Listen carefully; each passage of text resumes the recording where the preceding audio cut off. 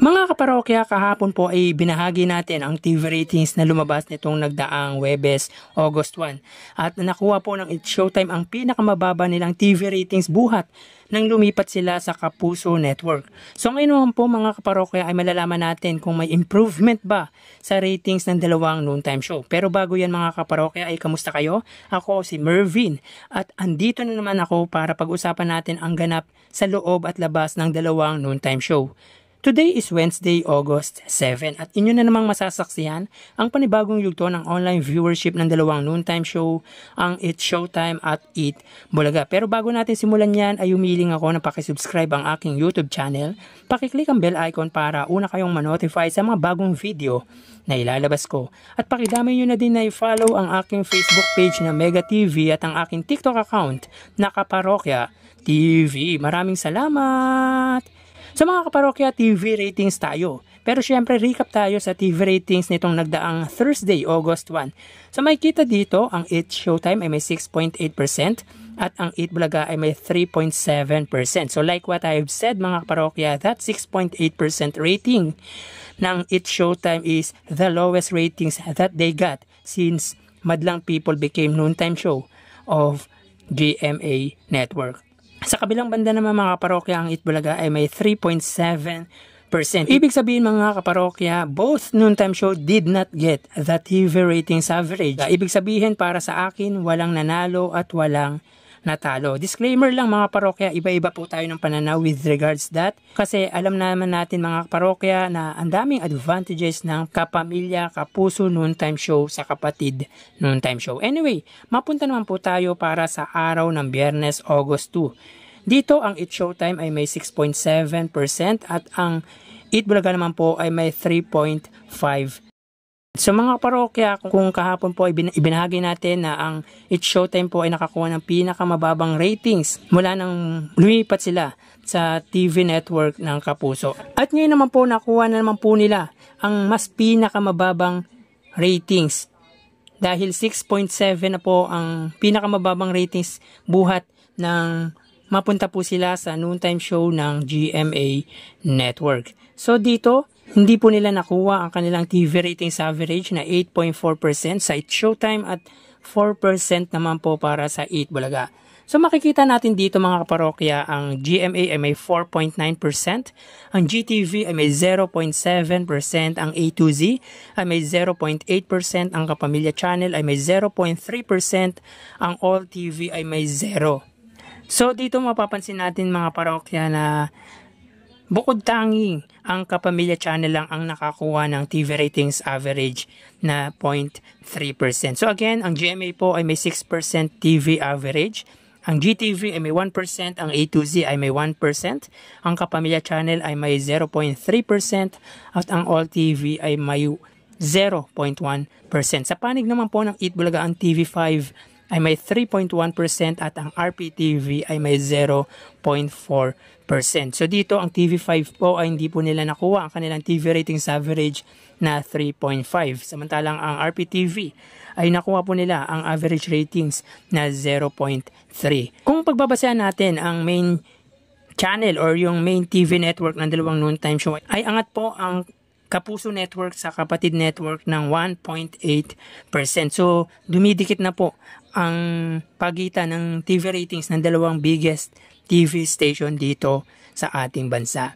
Magkaganon ng mga parokya, alam naman po natin yung mga advantages ng It's Showtime sa Eat Bulaga. Unang-una ang TV station, yung signal at reach courtesy of GMA Network, yung guests. Kasi mga parokya, limitless po ang It's Showtime, samantalang limited lang po para po sa Eat Bulaga. And of course, yung mga solid viewers, kasi combine po yung viewers ng GMA at ABS-CBN. So, mas marami pong viewers ang ABS-CBN kesa sa GMA Network. Magkaganon man mga parokya, isa lang naman po ang kanilang hangarin, ang kanilang layunin, ang makapagpasaya, magbigay ng tuwa't ligaya sa madlang people at mga dabarkads. Tumulong hindi lang sa pamamagitan ng pagbibigay ng pera, kundi pati na din pagbibigay ng learnings sa mga manonood nila. So tara ating alamin ang online viewership ng dalawang bigating noontime show. Para sa Eat Bulaga under TVJ Facebook page na may 2.5 million followers at sa Eat Showtime naman na may 18 million followers. So as of 12:37 PM ay kita po natin dito na ang Eat Showtime po ay may kasalukuyang segment na showing bulilit. Samantalang ang Eat Bulaga naman po, sila po ay may kasalukuyang segment na Sugod Bahay Mga Kapatid. So dito may kita po natin ang Eat Showtime ay may 9.1 thousand viewers at ang Eat Bulaga naman po ay may 5.2 thousand live viewers. So again, as of 12:37 PM ang Eat Showtime ay may 9.2 thousand viewers at ang Eat Bulaga naman po ay may 5.2 thousand live viewers. So mapunta naman po tayo sa TV Network YouTube channel at unahin po natin ang TV5 Philippines na may kasalukuyang subscribers na 1.94 million. Samantalang ang Eat Showtime naman po under GMA Network YouTube channel na may kasalukuyang subscribers na 36 million. So as of 12:38 PM ang Eat Showtime under GMA Network ay may 13,000 viewers. Ang Eat Bulaga under TV5 ay may kasalukuyang live viewers na 22,000 live viewers.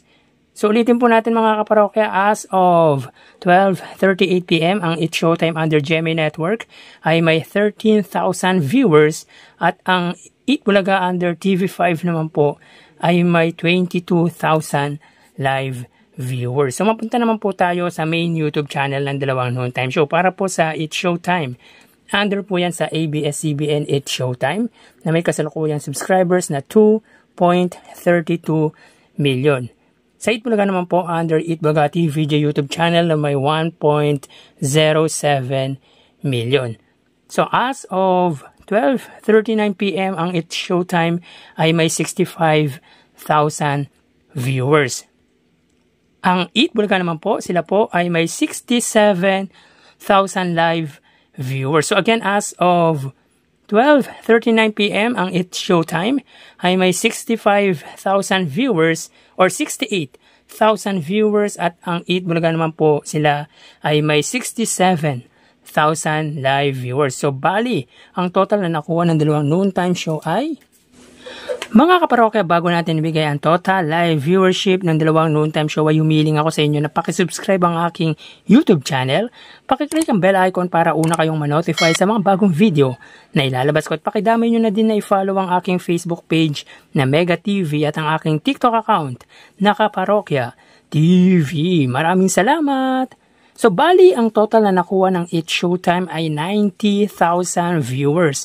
9,000 para sa kanilang Facebook, 13,000 para sa kanilang TV Network YouTube channel at 68,000 para sa kanilang main YouTube channel. Para naman po sa Eat Bulaga, sila po ay may 94,000 live viewers. 5,000 para sa kanilang Facebook Live, 22,000 sa TV Network YouTube channel at 67,000 para sa kanilang main YouTube channel. So yan po ang lumalabas sa kanilang online viewership as of 12:41. So again, ang Eat Showtime ay may 90,000 viewers at ang Eat Bulaga naman po ay may 94,000 viewers. Ang segment po ng Eat Showtime ay Showing Bulilit at ang Eat Bulaga naman po ay Sugod Bahay Mga Kapatid. So magpapaalam po muna pansamantala mga kaparokya, mag-ingat po tayo. Thank you and God